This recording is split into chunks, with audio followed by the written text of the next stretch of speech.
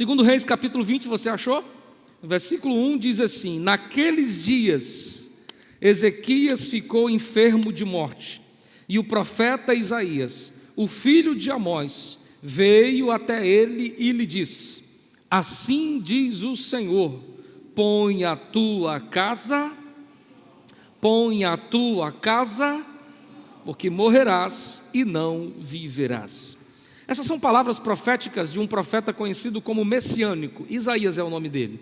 Ele viveu em meados do 7º século antes de Cristo, e suas palavras de profecia foram muito precisas. E aqui no capítulo 20 ele está conversando com um dos reis. Ele agora está profetizando ou vivendo na época do reinado de Ezequias. Ezequias foi um homem muito bom, um rei que teve uma vida temente e voltada para Deus. E agora o profeta é impulsionado a ir até a casa dele e disse: põe a sua casa em ordem, você vai morrer. Por esses dias a morte está beijando sua face. Ora, eu penso que isso é muito bom de se ouvir quando alguém chega dizendo: você vai morrer, você está perto de morrer, porque isso me dá a oportunidade de consertar algumas coisas. Se é fato que nós vamos morrer, não é certeza quando e de que maneira vamos morrer. Podemos morrer jovens ou velhos, podemos morrer a qualquer momento. Como eu não sei, receber uma palavra de profecia dessa era no mínimo triste, mas ao mesmo tempo um privilégio. Privilégio por saber, está chegando o dia, e triste por saber, está chegando o dia.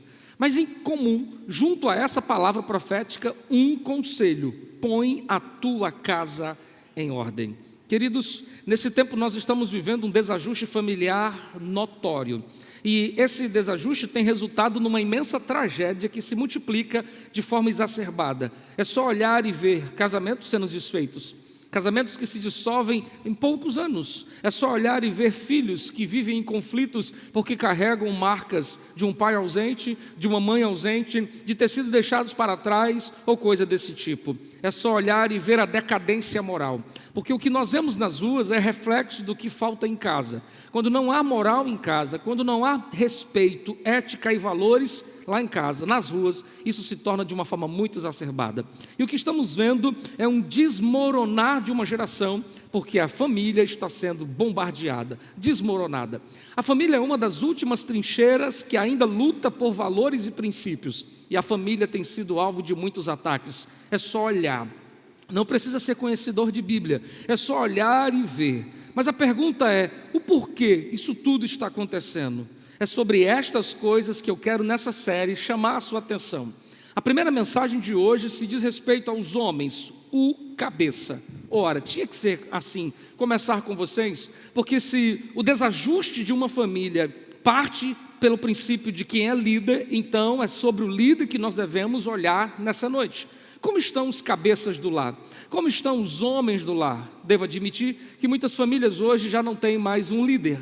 São famílias que foram formadas fruto de um relacionamento fora do casamento e agora filhos sem pais, casamentos que se dissolveram. O fato é que nós estamos com problema no cabeça.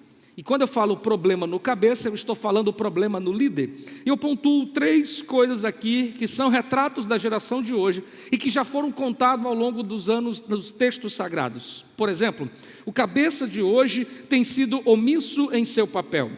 E se você pensa que isso é uma novidade dos dias atuais, é só ler a Bíblia, é só mergulhar. Por exemplo, o primeiro casal, onde tudo começou, uma das características de Adão foi um homem sábio, um homem que botou nome nos bois, nos bichos, nos animais, um homem que construiu uma família, um homem que viveu coisas surreais, mas era omisso.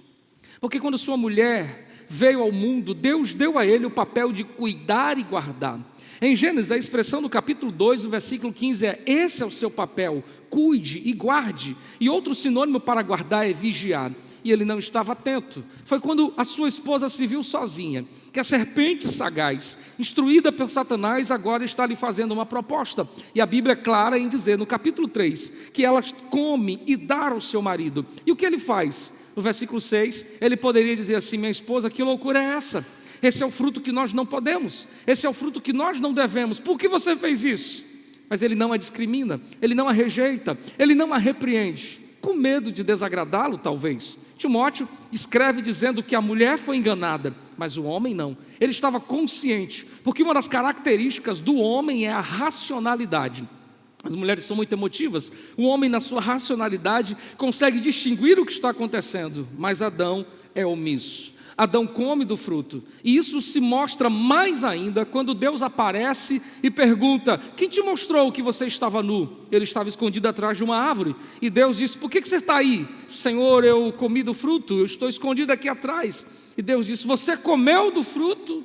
Sua resposta é encontrada no versículo 12, quando ele diz: a mulher que o Senhor me deu, me entregou, ela comeu e me entregou. Ele não é homem sequer para assumir os seus papéis, para acompanhá-la, para corrigi-la ou para assumir suas imperfeições. Ele põe culpa nela. Na verdade, esse é o mal de muita gente. Nós erramos e procuramos culpados, pessoas, enquanto na verdade a razão de muitas coisas começa em nós. E Adão é um homem omisso, tanto quanto Davi foi em sua família. Davi foi um guerreiro, e derrubou gigantes, que conquistou nações, que fortificou Jerusalém, construiu uma capital, que fez um reino até hoje lembrado e respeitado. Mas no quesito família, Davi era fraco, Davi era omisso. Quando eu leio a segunda carta de Samuel, o segundo livro de Samuel, capítulo 13, eu tenho um cenário caótico. Sua filha foi molestada por um meio-irmão, e agora que o seu meio-irmão a molestou, ela procura Absalão e diz: Absalão, eu fui violentada pelo meu irmão, eu fui violentada e abusada sexualmente pelo meu irmão, filho do meu pai, por parte de outro, com relacionamento de outra mãe. E agora que Davi sabe disso, a Bíblia diz que ele ficou irado no versículo 21, mas ele não fez nada, ele só irou-se. Mas ele não foi o homem para chamar seu filho e dizer: por que você fez isso? Que loucura é essa? Aonde você estava? Como rei e como pai, ele tem autoridade para tomar uma decisão, mas ele simplesmente silencia. E o texto diz no versículo 23 que por 2 anos Davi ficou em silêncio. É claro que tem hora que o silêncio é a melhor resposta, mas nesse momento, o silêncio ensurdecedor de Davi revela a sua omissão ao ver alguma coisa acontecendo. Ele se cala. Ele se cala novamente no capítulo 15, no versículo 14, quando Absalão, o mesmo que agora está revoltado por causa do silêncio de seu pai, agora cria um projeto para usurpar o trono. E ele se levantava de manhã cedo, ia para a porta da cidade, e na porta da cidade ele dizia: o que é que você deseja? Falar com meu pai Davi? Fala comigo. E ele começou a roubar o coração dos homens. E roubando o coração dos homens, ele quer roubar o trono do seu pai. E o que seu pai faz? Seu pai simplesmente pega seus servos, seus soldados e vai embora. Esse é o mesmo Davi que conquistou filisteus. Esse é o mesmo Davi que venceu ursos e leões, mas não tem coragem para encarar a atitude errada de seu filho. Ele prefere sair. E ele toma os seus soldados. Um dos seus soldados ainda diz: nós estamos com você, diga uma ordem e nós te seguiremos. Aqueles homens estavam prontos para matar e morrer pelo seu rei, mas o rei diz: vamos embora. Sua ida, sua fuga revela um pai que no quesito família, um homem que no quesito lar é omisso, não tem coragem de contrariar os seus filhos. Ele é tão omisso que no segundo livro de Reis, no capítulo 2, quando ele está prestes a morrer, já velhinho, ele chama seu filho, que agora é o sucessor do trono, estou falando de Salomão, e diz: meu filho, lembre-se de Joabe, faça com Joabe o que eu não tive coragem de fazer. Quem é Joabe? Primo de Davi. E esse Joabe causou muito mal para Davi. Esse Joabe matou Absalão, esse Joabe causou muitos males, mas Davi era forte para vencer batalhas, mas fraco diante de sua família. Ele era um pai omisso, e ele joga para Salomão o resolver coisas que ele não podia resolver. Isso parece o retrato estampado na parede da geração de homens atuais que não assumem seu papel. E quando um cabeça é omisso, o carro é desgovernado. Quando um carro não tem um motorista, quando um carro não tem uma direção, ele é desgovernado e fadado a um acidente que pode ser fatal. A omissão do cabeça é revelada na geração de hoje.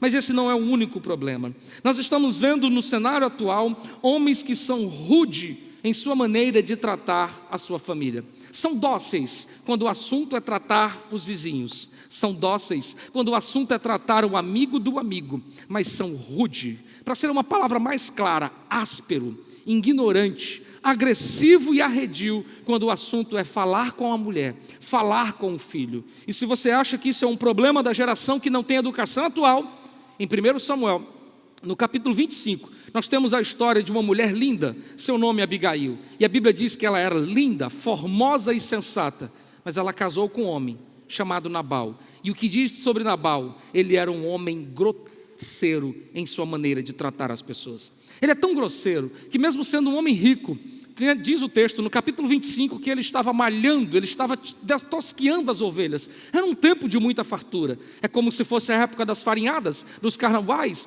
e ele agora numa época de fartura. Davi chega na sua casa e Davi manda os seus soldados, melhor dizendo, pedir que ele desse um pouco de pão. Haja vista que os soldados estão vindo do velório do profeta Samuel, estão cansados e exaustos, mas o homem rude agora responde com a grosseria. Ele não daria nada para Davi, ele não daria nada para ninguém. Se esse homem é rude com os que estão fora, quantas vezes ele não foi rude com a sua esposa? Quantas vezes ela não pode ter chegado até ele e ele foi áspero, agressivo, foi uma pessoa sem um pingo de educação. O que me é mais fantástico é porque eu estou vendo uma geração de homens que são românticos ao extremo quando querem conquistar uma menina e grosseiros exacerbadamente quando já a conquista. O que é que tu quer? Já vem tu perturbar? E se fosse só aqui, isso está ganhando uma dimensão quando o assunto é o tratamento com os filhos. Sai daqui, eu não quero, não tenho tempo, não posso. Mas o telefone toca e diz assim: estou precisando de você. Pois não, gente boa. A voz muda, o tom muda. Sabe quem você é? Tal, qual, igual Nabal. E o final de Nabal não foi nada bom. Ele perdeu sua família, ele perdeu sua vida. Porque palavras duras suscitam ira. Em Provérbios 15:1 diz que a palavra dura, ela gera furor, ela gera ira, ela provoca discórdia, mas a palavra mansa acalma toda a tempestade. Em Provérbios 25:11, Salomão diz: como maçã de ouro em taça de prata, é a palavra dita no seu tempo certo. Tem horas que nós cabeça precisamos ser firmes, tem hora que nós cabeça precisamos ser resolvidos, mas precisamos saber quando é essa hora, a hora e o momento, a maneira de falar. Enquanto minhas irmãs estão dizendo fala Deus, eu respondo: domingo será a sua vez, minhas irmãs.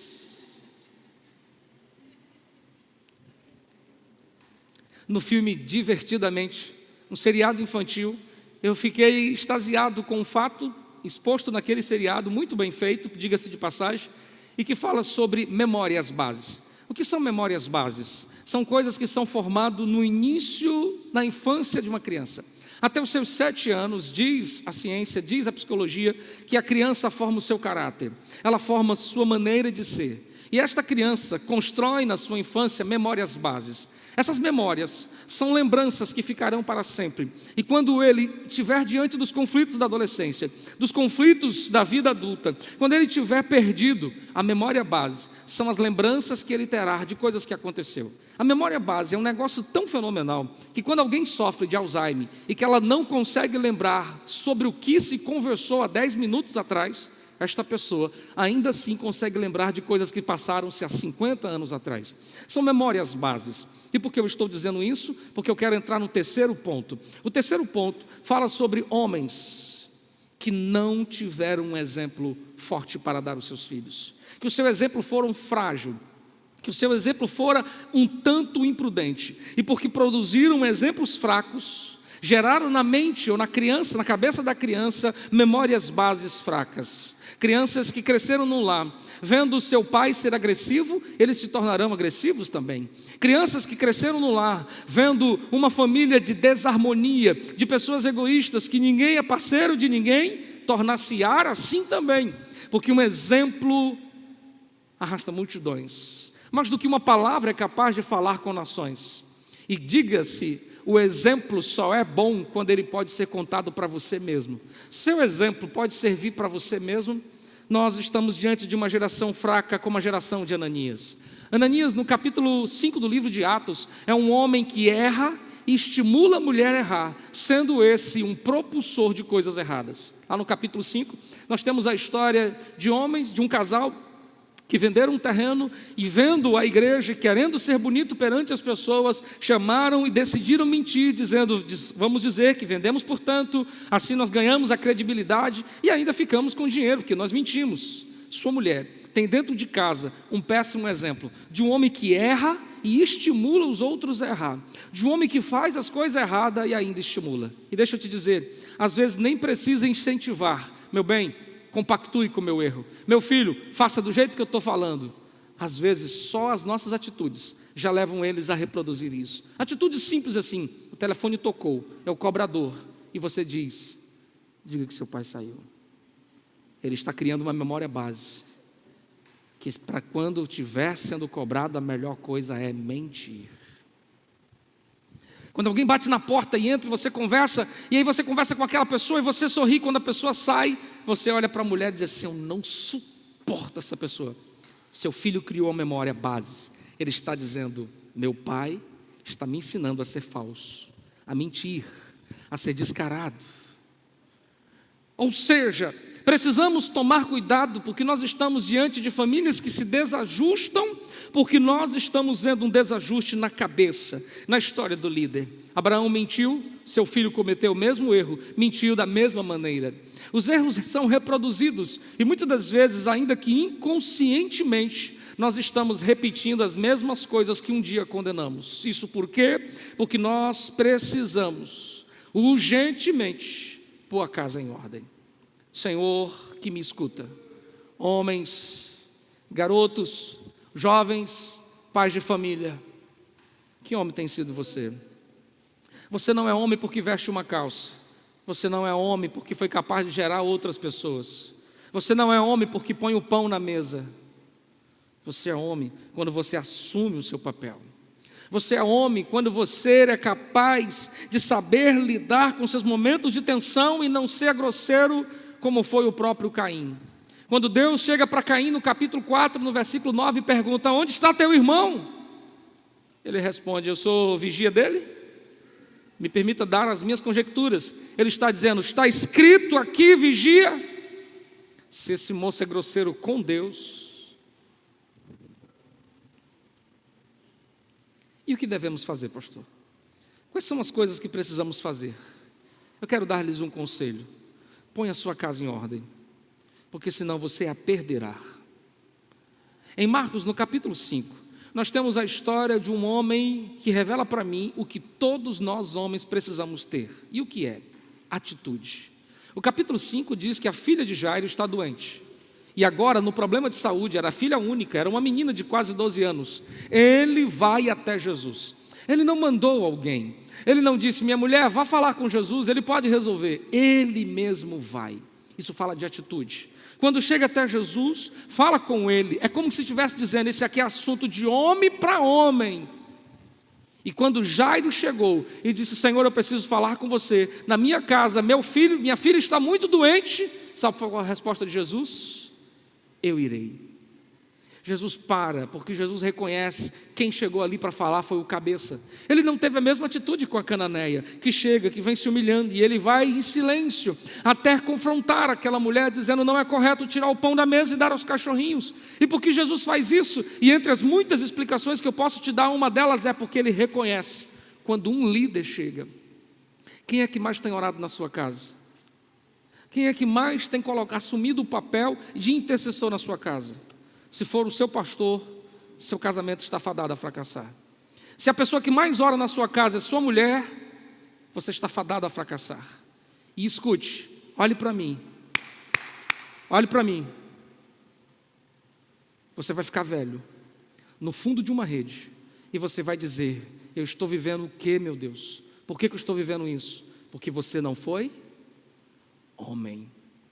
Nesses 20 anos de pastor, eu já cuidei de muitas pessoas e tenho visto homens morrer à míngua porque abandonaram sua mulher para viver as aventuras de uma garota, porque não honraram o seu casamento para viverem atrás de passeios com amigos e mais amigos, sem honrar o casamento, até que a doença lhe bateu à porta e ele ficou acamado numa rede e não tinha amante, não tinha amigo, nem tinha colega de bar, era só você.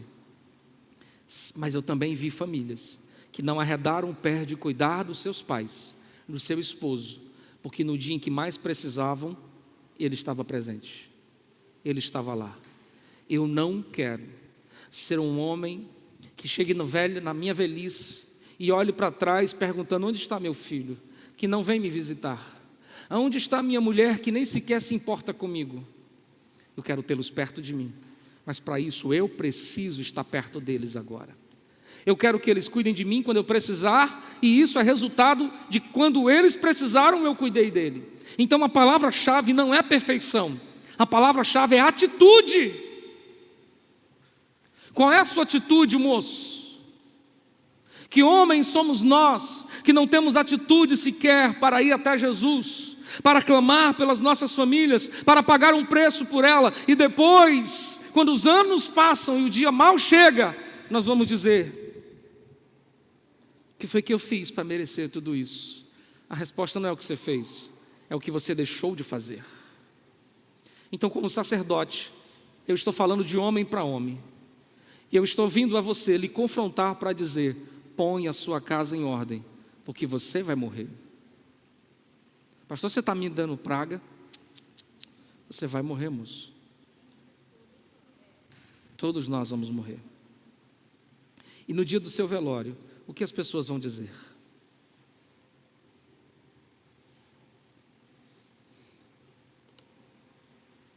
O que as pessoas dirão no seu velório? Quer conhecer um homem? Quer conhecer a importância da vida de um homem? É chegar no seu velório e ver uma esposa aflita porque perdeu o seu marido. Mas mulheres estão hoje dizendo: eu já não aguentava mais. A geração de hoje será uma geração que vai perder muitos casamentos, que vai viver muitos divórcios. O divórcio cresce a níveis exagerados, porque está faltando homem. Está faltando. Tem homem aqui? Manuel respondeu. Manuel, parece que só somos nós dois. Tem homem aqui? Então, põe a sua casa em ordem. Se ajeite, moço. Errou, peça perdão. Falou grosseiro, volte atrás. Não era isso que eu queria dizer, minha mulher. Meu filho, não era assim.